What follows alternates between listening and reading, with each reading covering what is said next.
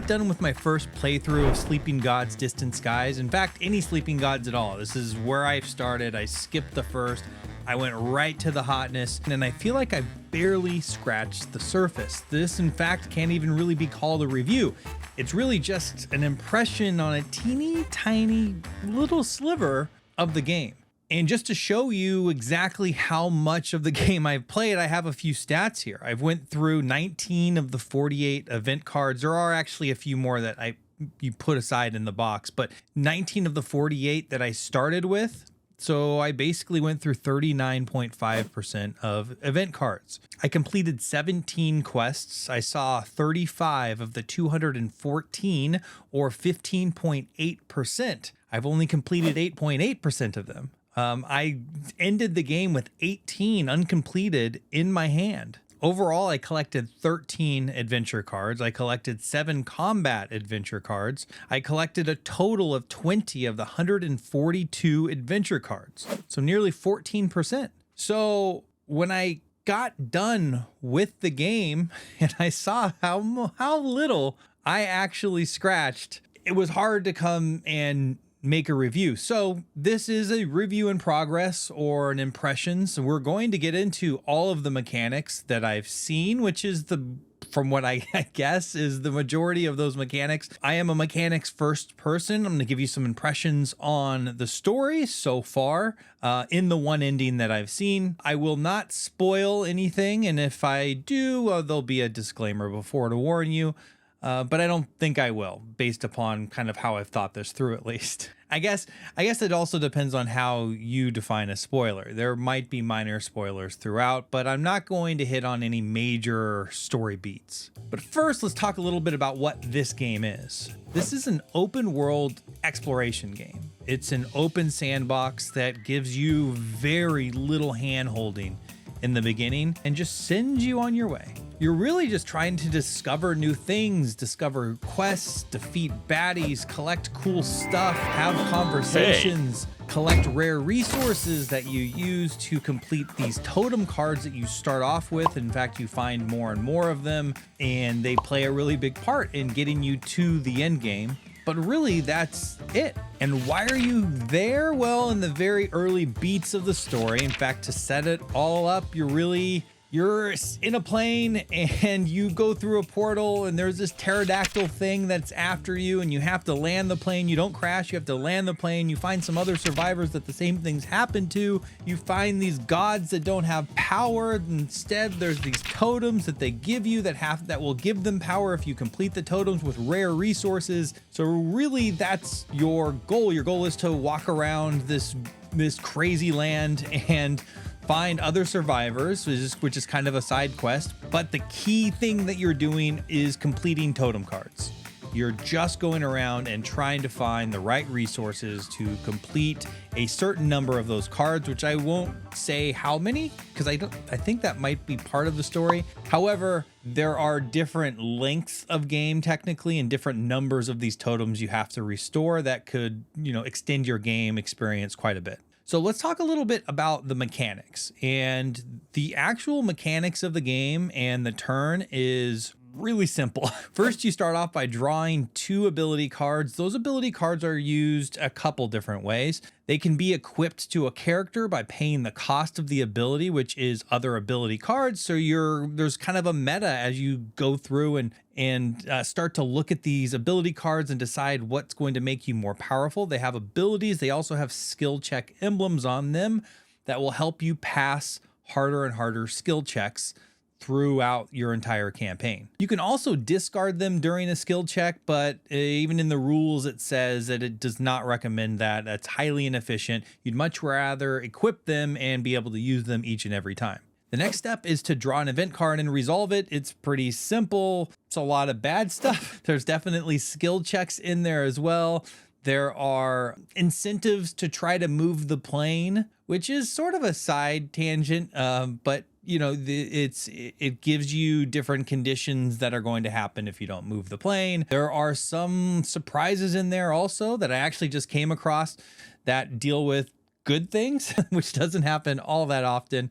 But just know it's a little bit of everything. And like I said, I got through in one campaign, which I didn't say in the beginning. It was about 10 hours of a campaign.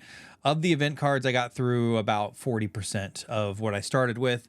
You put a certain number of them back in the box, so it's a little bit lower than that from the total events that I see. The events aren't the big kind of things in which drive story forward, so getting through those is not that big of a deal. So I mentioned skill checks, and we're going to take a little bit of a side quest here to discuss them because they come up in these events, also during quests, which we'll get to as well, but I just want to explain them real quick. So basically you'll come across a skill check that'll give you a skill type and a number, and you have to commit your characters.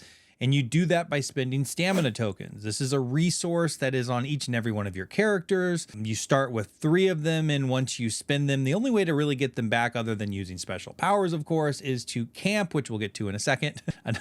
Put another pin in that one for now. The skill check is a committing and spending of the stamina resource. You are essentially adding up all of that skills symbol that is either inherently on a character or you've upgraded that character with. And then you're also augmenting that skill check result with either other ability cards, like we talked about. You can discard them, which isn't the most efficient way to do it, of course. You can also use adventure cards, which we will get to in a second, but just know that that result can be augmented. And it is definitely a strategic decision as to which of your characters to commit, because there are those stamina tokens that are used during the skill checks. They're also used for little extra powers on each one of the characters. In fact, I have one right here. Jessie, for example, can discard a stamina to re-roll a battle die. She can also discard one to draw and discard a combat card. If you don't like the combat card that's in your hand, you can get it back. Combat we'll get to. So I had mentioned that the only way to get those back are to camp. And the management of the stamina resource ends up being a timer of sorts in the game, because every time you need to get those stamina tokens back, you have to go and camp. So let's talk a little bit about camp. It's a possible action to take on your turn. You heal 2 health from all of your characters. You gain back all of those aforementioned stamina tokens. You also get back all of your adventure cards back into your hand. And that is the first action that doesn't cost time. This is our first mention of time. So it's got a really clever action economy, if you will. There is a time track off to the side, and you can spend a variable number of time to do different things. Camping doesn't cost anything. It's technically a free action, even though it is connected to a timer to the end game. You can spend 1 time to move 1 adjacent square. It's orthogonally adjacent. You can't move diagonally. You spend 2 time to explore. And that's the vast majority of what you're going to be doing. And the other actions that you can possibly spend time for are to move or repair your plane. While we're here, we'll take a little side quest on the plane. You start in a camp. There's a plane camp board. I don't even know what it's called, to be honest with you, but you move the plane along it, and it's essentially representing where the plane is parked at any given time. In order to use time to move the plane, you have to have Claire, who is the main character,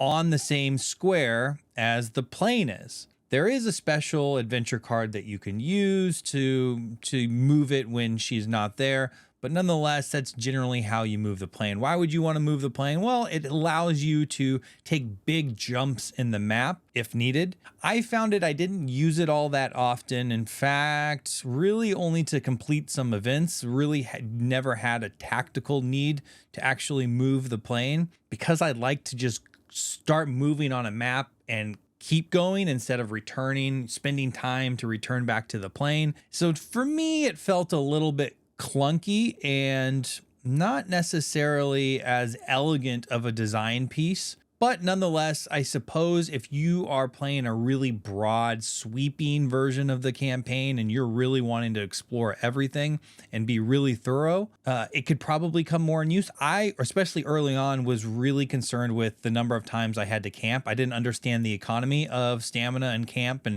and you just really have no indication of, how precious those camps are. So having to spend more time to move back to the plane only to move it somewhere else and kind of rinse and repeat, it's unclear if that's a wise move or not. And at least in normal difficulty, in my experience, I probably could have used the plane more, moved back to it, and shot around. However, I did like the idea of moving through the map, going to the next space on the next page, and that kind of exploration aspect, instead of just jumping to these different camps. So as you move and explore, move and explore, move and explore, you're really rinsing and repeating, going down the time track, cycling back up to the top. When you get to the top, you draw 2 ability cards, you draw an event card, and you just kind of keep on going. And that is the game for the most part. You're going to come across all different kinds of story beats that are in a wide variety, that give you quest cards that send you in all kinds of different directions. And it is your job to either just dumb luck and just keep exploring in a direction and then hope you kind of come up with those same quest keywords as you go, or to really think hard about them and say, you know, it may give you a direction, like in the Northwest, such and such might be there. Next to the tower, this might be there, whatever it might be. And so you might be looking for landmarks. And in my first play, I was kind of overwhelmed with trying to understand the economy of everything and what I should be doing. Spent a little less time in looking at each and every one of those quests and kind of going after them. I think in subsequent plays, I certainly will pay a lot more attention to what those quests are and going to explore all of them. But like I said, you start off on this adventure with a finite number of camps. You start to see those stamina tokens get used up really quickly on skill checks, especially if you are committing everybody and you really want to pass the skill check. I mean, that's a meta in and of itself. There's some times where you just, you know, can fail a skill check and it's fine. You still will get the reward. You just get a negative effect as well. But in retrospect, well, I guess only completing 17 quests and still having 18 stuck in my hand was, you know, a little bit disappointing and also surprising that I could get so far and actually complete so little. But it's also encouraging for replay for sure. There is a ton of stuff that's sitting in there that I have no idea what is kind of going to happen once I go up and kind of investigate those. I did very often, as you're just kind of randomly clearing a map, and that's really the way I played it. I'd go around the map and just completely clear it out and explore everything. I came across a ton of keywords I did not have. That's the other thing. I really wasn't taking note of those keywords and trying to come back to them. Because like I said, I didn't understand the economy and if I would have time, you know, from the camp perspective to even come back to something like that. It's actually pretty overwhelming right out of the gates. Some other quests that you'll have are little pieces of the map and saying like, once you get to this square, go ahead and do the thing. And really that's an avenue to gather these rare resources that you need to complete the totems. They're kind of cool to have. I had a bunch of them that I didn't ever use, and hint, hint, I was still able to find plenty of the rare resources to complete the totems that I needed to. So they're not necessary per se, but a fun little thing. Every time you get to a new part of the map, you're looking around to see like, oh, do these squares match up? And for whatever reason, my brain had a really hard time doing that. I probably spent too much time staring at a map and these little squares on a card to see if they match up. I digress. It's just another kind of flavor of quest that's sitting out there for you. And in exploration, kind of connected to these skill checks, you might come across what's called a wandering encounter. These wandering encounters are really cool. They have a variety of different skill checks as well as kind of free exploration. You can choose essentially to not do any of the skill checks, but you're placing your people or characters out on this wandering encounter, out on the page, and trying to kind of complete a little bit of a puzzle as to what you think you can complete with the skills that you have trained up and the adventure cards in your hand. And you go through and you do the thing. You know, in some cases it may just give you a quest or give some dialogue. In other cases you have to complete the skill check. There are instances where you don't get a reward if you fail. Many instances you still get the reward if you fail, but there is a negative consequence, similar to basically all the other skill checks in the game that I got to. I have to be careful there. I can't make assumptions because this is my slice, this is my sliver, this is my story. So I've got to remind myself of that. Anyways, I really enjoyed the Wandering Encounters. I was always really excited when they came up. It felt puzzly to me. It felt like something I had to figure out. And yeah, I liked them. Some rewards that you get from these skill checks and kind of investigating or exploring these different encounters are adventure cards. And adventure cards are kind of the lifeblood of you becoming overpowered in the game. I mean, there is the ability cards that are this kind of natural progression, because each time you go through a turn, you have to draw more of them. But these adventure cards, there's two different kinds. There's a combat adventure and then there's normal adventure. Normal adventure cards are cards you can discard and it gives you a special bonus. I mean, it could be things like, getting extra health or trading in things for other things that help you along your journey, boosting block, giving you skill symbols to add during skill checks, or also in combat scaling, which brings me to combat cards. Combat cards were my favorite. I got the most excited when I came across a combat card. They essentially allow you to beat the baddies in the game. And we'll get to combat in a second, but just know that these combat cards come in a wide variety. They come in a lot of different effects. There's some contingencies also in the type of enemy that you're facing. I had a lot of fun with the different adventure combat cards. Speaking of adventure combat cards, let's move to combat. And this was probably easily my favorite part of the game. And I guess backing up, I'm not, or at least, well, I guess I'll say I thought I wasn't a big narrative game person, especially story forward, story first. Feels like I'm reading a book. First off, many things in which I have gone through don't feel like the writing and the story are up to a book, so I would just rather read a book instead of go through this complex game. However, when somebody can find a way to combine it with really great mechanics, that's when I start to get interested, and that's where combat comes in. Combat is just really wonderful, and I'm not going to discuss the first game because I haven't played it, but there is a pretty big kind of divergence from the first game, and it comes in the form of those combat cards. You start with 14 of them and you're essentially deck building. As you get more of those adventure combat cards, you are either adding them right into your deck or replacing kind of underpowered cards, shuffling it, drawing 5 and playing 4 essentially is what it comes down to. Sometimes you're also looking at the opponent and what they have and making decisions as to which combat cards to include in your deck.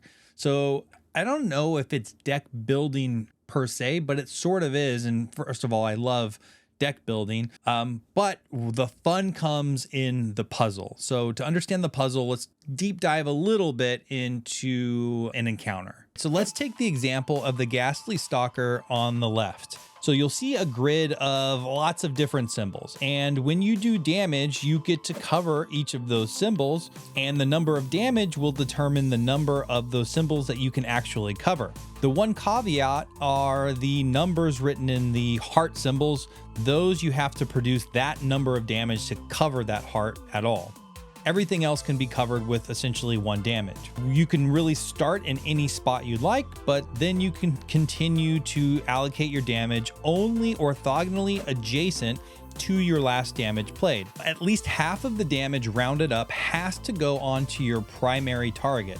But after that, you can continue that damage to an adjacent square onto the next enemy. Why is that important? That's important because every time you attack, there is a counter attack.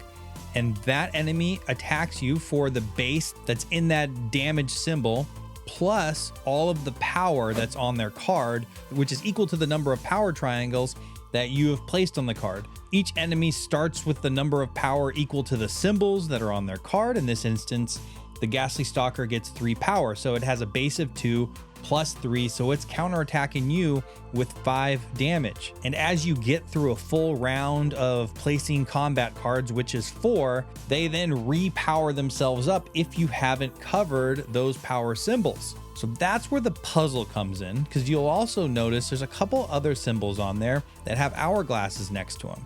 So you can see in that top right corner, deal 4 damage to 1. That is a pretty decent chunk of damage coming at you. And this is only a level 3, which is relatively low level here. So you want to try to cover that up. Also, see that little twirly symbol?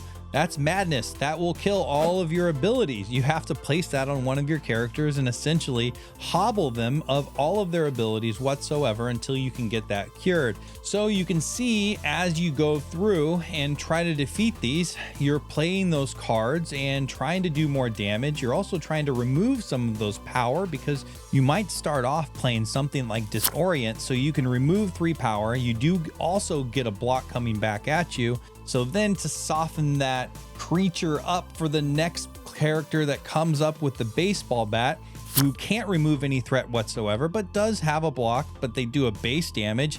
Plus they get to roll a dice and do the damage equal to the roll. And I feel like the dice is weighted towards -1, by the way. So the puzzle becomes really interesting because you're having to declare your target, and then you have to roll the dice and then see what your actual damage output is. So in a lot of cases, it's not guaranteed. And depending on the card, there are some guaranteed hits, but a lot of cases you are rolling a dice and trying to add to that result. There's also other augments that depend on the number of a particular skill that a character has. Those are really interesting because then there's a decision on which of the combat cards you actually want to play on each character. On top of that, you're taking into account how much health the character has left. Can I get any block with this card? Do I have any adventure cards that are going to boost my block? And then you have all of these status effects that will just completely cripple you. But if you go for those and you ignore the power tokens, that's going to make that thing more powerful the next round. It gets really, really crunchy. And I absolutely loved this about this game. I love the puzzle. I love the diversity in enemies that I faced. I love the combat cards. I love the deck building and trying to figure out which cards I wanted to include based upon the enemies that we're going against. I loved it all. And then to top it all off, I guess this is sort of a spoiler, but this is in the rule book, this particular boss. So just know I'm about to show you a boss, but check this abomination boss out. There's a lot of squares to cover.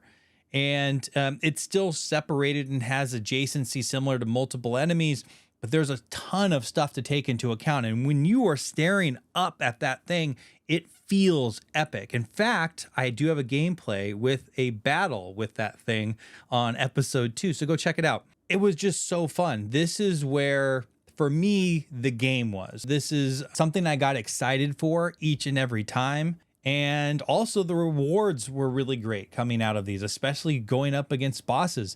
That was great. I honestly still don't know how many bosses were in the game, but just flipping through the book, there's a significant amount of these. And, sometimes you can get 2, I saw up to 3 enemies. There may be encounters with even more. So it becomes really, really crunchy. And there's also, I forgot to mention, there's also kind of this consideration on the power and applying splash damage. See, if you can get a high enough roll where you have enough splash damage to kind of go across to the next enemy that might have a ton of power tokens, that counterattack is not coming from that secondary target. It's only coming from the primary. So that's yet another kind of layer of decision space here that's in this combat system. And I thought it was so fun. And in fact, is what's had me come back to this game, because I realized there is a puzzle there. There is a mechanic. There is something that that makes me continue to search for other things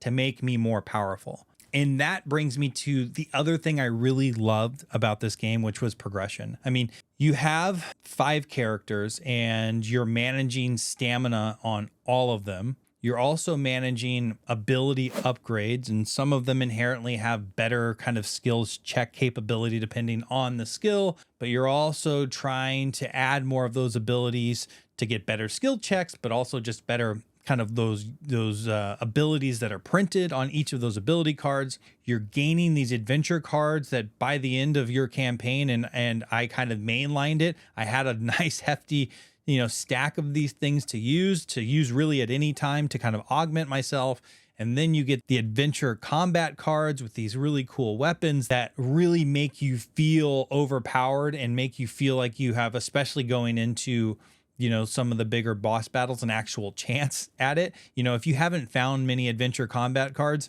I'd probably recommend running from early boss encounters. You really have no idea when you're going to run into them, which is, you know, part of the wonderful kind of nature of discovery in this game. Regardless, progression was spectacular and complements the exploration and the story so much that even me not being a story or a narrative gamer had me excited to continue to explore the story, because it also comes with progression, which then augments skill checks, which are fun as well, and wandering encounters and the combat to make you feel like you're actually accomplishing something in the game and not just on a story with rails that's just shuttling you towards an end game encounter. So speaking of the story, this was the part that I actually expected to appreciate the most, because I had heard so much just about this world that the original Sleeping Gods had built. But I came away after 10 hours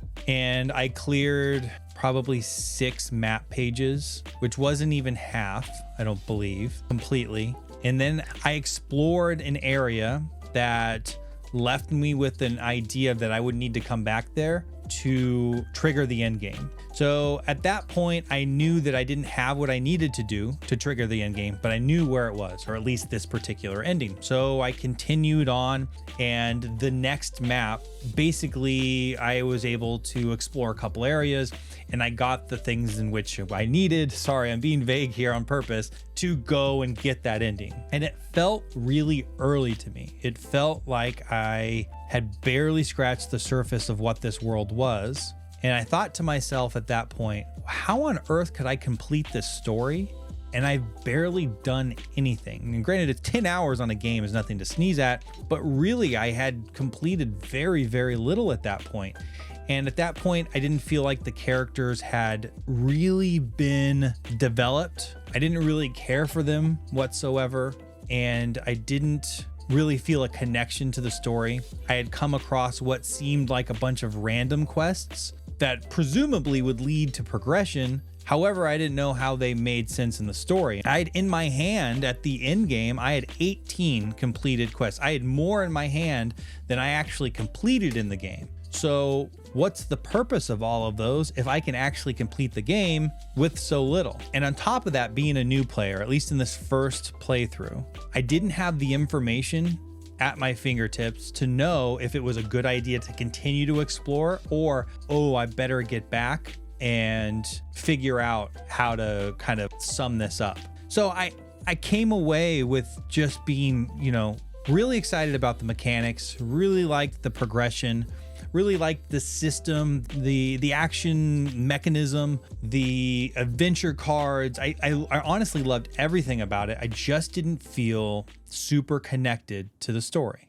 And then I started a second playthrough, and I decided to go off in a completely different direction. And that's when the story started to slow down for me, meaning I kind of knew how everything worked at that point. I understood the economy of stamina tokens and of the camps. I started to understand the abilities and what's really good and what I could discard and not have a problem with. I started to understand the importance and the fun of going and discovering more of those adventure combat cards and adventure cards. And then I started to also take a look at the quests and actually pay attention to what they said. Hey, novel idea there, David. Read the quests and go and try to find them. And you can see this in my first episode in my playthrough. I've actually posted 2 episodes as of this recording on this second playthrough, and I'm already getting a totally different feeling. Outside of kind of the general idea of what the game wants you to go do, now I have these secondary ideas of specifically where I think something is. I go and try to find that thing, and that thing wasn't the end of the quest. It gave me another quest to go somewhere else that made sense. Instead of me aimlessly wandering around just trying to find things and stumbling into fights and stumbling into rare resources and just completing the totems and letting the game just kind of naturally present itself. Now I'm starting to go out and seek resolutions on some of these quest cards and starting to string these together, and it just opened up the story part of the game so much more. And then I realized what this game was. I had come into it thinking it was a one-shot campaign, and I know there's replayability. I wasn't totally naive to that, but I thought that I would really need to understand the vast majority of this game to finish it, but you don't. And in fact, if you plan on playing one campaign in this, I think you're going to probably be pretty disappointed, especially if you are in it for the narrative. If you can appreciate the mechanics and kind of the beautiful chaos that has been designed here around the story, you'll probably still like it as a one shot. But I think the beauty in this game and the magic is on your second, third, fourth play. I mean, I don't know how many endings there are. I think there might be 6 or something like that. There's a significant number of endings, and I just didn't get it.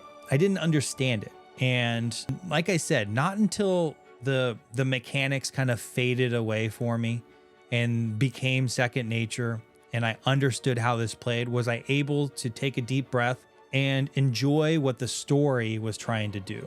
So that's where I'm at. I've played this much of Sleeping Gods. I came away with one perspective.